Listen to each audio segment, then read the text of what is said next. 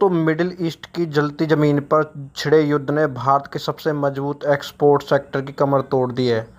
लाखों टन बासमती चावल जो ईरान, इराक और खाड़ी देशों के लिए रवाना हुए होते थे, अब समुद्र की लहरों में फंसे पड़े हैं। लेकिन बात सिर्फ शिपमेंट की नहीं है। यहाँ किसानों की मेहनत, मिलर्स का स्टॉक और एक्सपोर्ट की साख सब कुछ दांव पर है। जो बासमती चावल कभी भारत की कूटनीति की शान हुआ करता था, आज उसी पर मिसाइलों की परछाइयां मंडरा रही है। हर साल भारत 40 से 60 लाख टन बासमती चावल एक्सपोर्ट करता है। सिर्फ ईरान को ही 7 से 8 लाख टन चावल जाता है। इसके बाद आता है इराक, जो अकेले भारत का लगभग 20% चावल खरीदता है। यानी सिर्फ यह दो देश ही भारत के कुल बासमती चावल के लगभग 45% ग्राहक है। अगर यह हट जाए तो अरबों डॉलर का नुकसान पक्का है। ईरान पहले ही जंग में कूद चुका है और इराक अंदरूनी अस्थिरता से जूझ रहा है। भारत का बासमती एक्सपोर्ट अब बेहद गंभीर संकट में है। या 24 के अंत में शुरू हुआ इजराइल हमास युद्ध, जब 2025 की शुरुआत में इराक की एंट्री और मिसाइल बमबारी के साथ और उग्र हो गया। पूरा वेस्ट एशिया युद्ध का मैदान बन गया। अब न सिर्फ गांजा और तेल, बल्कि हार्मोन्स, पर्लियर्स गल्फ, रेड सी और सुएज नहर तक हर रास्ते पर खतरा मंडरा रहा है। और इन्हीं समुद्री रास्तों पर टिका है भारत का चावल एक्सपोर्ट्स। बेबस है और व्यापार ठहर सा गया। पूरी डेवलपमेंट और इसके पीछे की जियोपॉलिटिक्स जानेंगे इस वीडियो में। लेकिन उससे पहले वीडियो को लाइक करें और चैनल को सब्सक्राइब करना ना भूलें, क्योंकि यहाँ मिलती है वह जानकारी जो खबरों से बहुत आगे होती है। दरअसल चावल भारत की एक्सपोर्ट अर्थव्यवस्था की रीढ़ है। यह कोई आम मंडी का सौदा नहीं। भारत दुनिया का सबसे बड़ा चावल निर्यातक है। पिछले साल भारत ने करीब 20 मिलियन टन चावल भेजकर 12 अरब डॉलर कमाए थे, जिसमें बासमती की हिस्सेदारी सबसे बड़ी थी।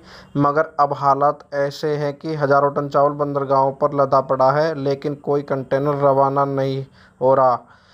ईरान की चेतावनी के बाद पर्शियन गल्फ और स्ट्रेट ऑफ हॉर्मोन्स के आसपास मिसाइलें तैनात कर दी गई है और साफ कहा गया, जो भी जहाज इनकी जल सीमाओं में घुसेगा उस पर हमला तय है। इस डर से कई शिपिंग कंपनियों ने बुकिंग ही रोक दी है और जो बची है उन्होंने शिपिंग का प्रीमियम इतना बढ़ा दिया कि लागत दोगुनी हो चुकी है।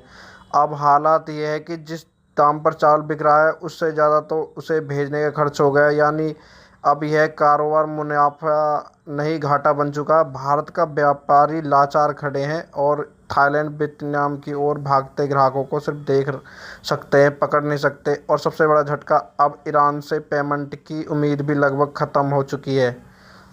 भारत के एक्सपोर्टर्स का कहना है कि युद्ध ने ईरान का बैंकिंग सिस्टम ठप कर दिया है। ना क्लियरेंस मिल रही है, ना लेन देन का संभव है।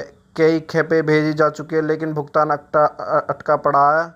इसका सीधा असर भारत के फाइनेंस सिस्टम पर पड़ा है। बैंकों के दिए गए लोन अब डूबने की कगार पर है। कस्टमर क्लियरेंस में देरी, भुगतान में रुकावट और लॉजिस्टिक खर्चों की मार, इन सब ने एक्सपोर्ट्स को ऐसे मोड़ पर ला कर खड़ा कर दिया जहां वह पुराने विदेशी ऑर्डर तक रद्द करने लगे। लेकिन यह संकट अब व्यापारी तक सीमित नहीं रहा। अब किसानों पर भी कहर टूट पड़ा है। करीब 8 करोड़ लोग धान की खेती, प्रोसेसिंग और ट्रेड से जुड़े हैं। मंडियों में खरीदारों के इंतजाम खाली पड़े। मिलर्स के पास स्टॉक रखने की जगह नहीं। बैंक का लोन सिर पर लटका है। हालत इतने ख़राब है, किसान अब मंडी से चावल वापस ले जा रहे हैं क्योंकि उन्हें दाम नहीं मिल रहा। ऊपर से एक्सपर्टों सरकार से भी नाराज़ है। पहले कई बासमती वैरायटी पर एक्सपोर्ट्स लिमिट लग चुकी है। अब मंजूरी ऑफ क्लियरेंस में इंडस्ट्री को डराने का कुछ एक्सपर्टों का आरोप है। विदेश मंत्रालय ने अब तक ये स्पष्ट नहीं किया कि युद्ध की स्थिति में किन रूटों से माल भेजा जा सकता है। इस असमंजस ने संकट को और गहरा दिया है। कई एक्सपोर्टर्स तो अब अपनी फंसी हुई खेप वापस मंगाने पर मजबूर हो चुके हैं, जिससे घाटा कई गुना बढ़ गया है। लाखों टन बासमती चावल अरबों की कीमत के साथ अब बंदरगाहों पर पड़ा सड़ रहा है या कंटेनरों में बिना खरीदार के बंद है। हर बीते दिन के साथ बैंक का ब्याज, गोदाम का किराया और शिपिंग चार्ज बढ़ता ही जा रहा है। अब सबसे बड़ा सवाल ये है, क्या भारत सरकार इस बवंडर से निकलने का रास्ता ढूंढ पाएगी? क्या अफ्रीका होते हुए यूरोप या खाड़ी देशों तक कोई वैकल्पिक रूट बनाया जा सकता है, या फिर सरकार इंश्योरेंस और लॉजिस्टिक्स सब्सिडी देकर एक्सपोर्ट्स को दोबारा खड़ा करेगी। अगर वक्त रहते डिलीवरी और पेमेंट नहीं हुई तो भारत की छवि को भी झटका लग सकता है। विदेशी खरीदारों का भरोसा टूटेगा और इसका सीधा फायदा मिलेगा थाईलैंड, वियतनाम और पाकिस्तान को, जो भारत से महंगे दाम पर चावल बेचते हैं। लेकिन भरोसे के साथ, यह संकट सिर्फ युद्ध का नतीजा नहीं बल्कि हमारी सप्लाई चेन पर अत्यधिक निर्भरता और विदेश नीति की नाजुकता को उजागर करता है। अगर भारत ने समय रहते लॉजिस्टिक मजबूत नहीं किए और एक्सपर्टों को राहत नहीं दी तो यह संकट अस्थायी नहीं स्थायी हो जाएगा। ईरान और इजराइल के बीच ये टकराव कब थमेगा कोई नहीं जानता, लेकिन अगर यह महीने भर भी खिंच गया तो भारत को अपने चावल एक्सपोर्टों में गहरी चोट सहनी पड़ेगी। इसका असर सिर्फ खेतों तक ही नहीं बल्कि किसानों की आमदनी गिरेगी, व्यापार संतुलन डगमगाएगा और फॉरेन रीजन को भी झटका लग सकता है। जो चावल कभी भारत की खेती, रोजगार और कूटनीति की रीढ़ था, आज वही अंतर्राष्ट्रीय संघर्षों का सबसे बड़ा शिकार बन चुका है। सवाल यही है, क्या भारत इस तबाही को अवसर में बदल पाएगा या फिर यह जंग बासमती के सुनहरे सपने को निगल जाएगी। अब असर सिर्फ बासमती तक सीमित नहीं रहा, गैर बासमती पर भी इसका दबाव साफ दिखने लगा। पहले ही महंगाई के चलते भारत ने कई वैरायटी पर एक्सपोर्टों बैन और भारी टैक्स लगा रखा था, लेकिन जब बासमती का बाजार ठप हुआ तो व्यापारियों ने गैर बासमती की ओर रुख किया और उसकी कीमतें घरेलू बाजार में चढ़ गई। अब हालत यह है कि एक्सपोर्ट ठप है और महंगाई आम लोगों की रसोई तक पहुंच चुकी है। चावल जो कभी दुनिया को जोड़ता था, आज देश के भीतर भी तनाव का कारण बनता जा रहा है।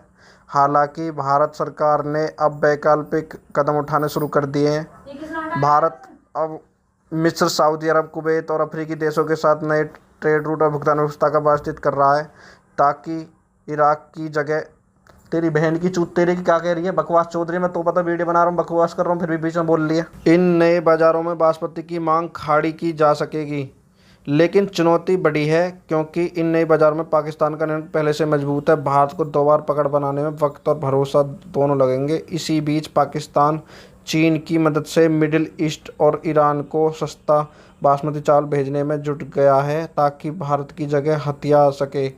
अगर पाकिस्तान इस मौके का भुना लेता है तो आने वाले सालों में भारत की बाजार हिस्सेदारी की गहरी चोट लग सकती है। यह एक रणनीतिक व्यापार युद्ध है जहां हथियार है चावल के दाने और लड़ाई है शिपमेंट और डिलीवरी की। इस घटनाक्रम ने भारत के नीति निर्माताओं को गंभीर सोच पर मजबूर कर दिया। क्या कृषि आधारित एक्सपोर्ट युद्धग्रस्त और अस्थिर इलाकों पर टिके रह सकते हैं? अब वक्त है भारत पारंपरिक बाजारों से आगे बढ़े और स्थायी मांग वाले देशों में नई जमीन तैयार करे।